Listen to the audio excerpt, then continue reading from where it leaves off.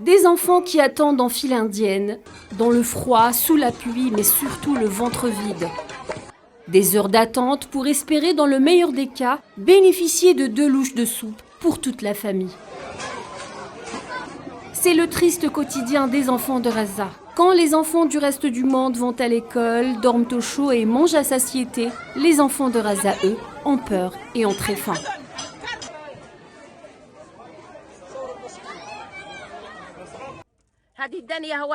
C'est une boîte de petits pois qu'un voisin m'a donnée hier. Il a eu pitié de moi car il m'a vu pleurer. Cette boîte est notre seul repas de la journée et nous sommes 4 personnes. Ce n'est pas assez.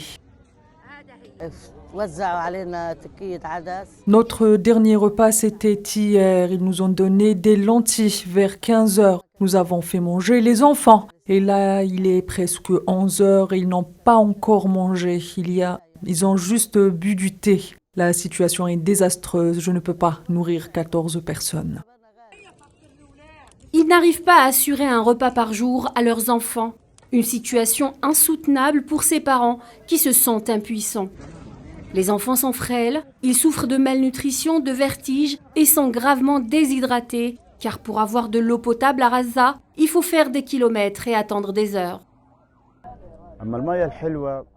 L'eau est devenue complètement rare. Ici, elle n'est pas potable. Elle est trop salée. C'est de l'eau de mer.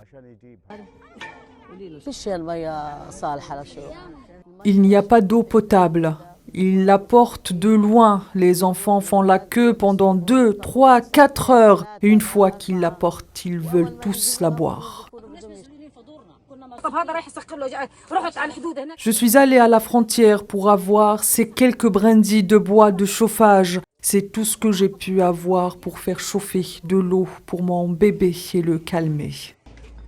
Ils ont dû fuir leur maison et leur terre sous la menace des bombes. Ils vivent dans la peur depuis 76 jours et doivent subir le dénuement, le froid et la faim. Depuis le 7 octobre, Gaza est devenu un enfer pour ces enfants.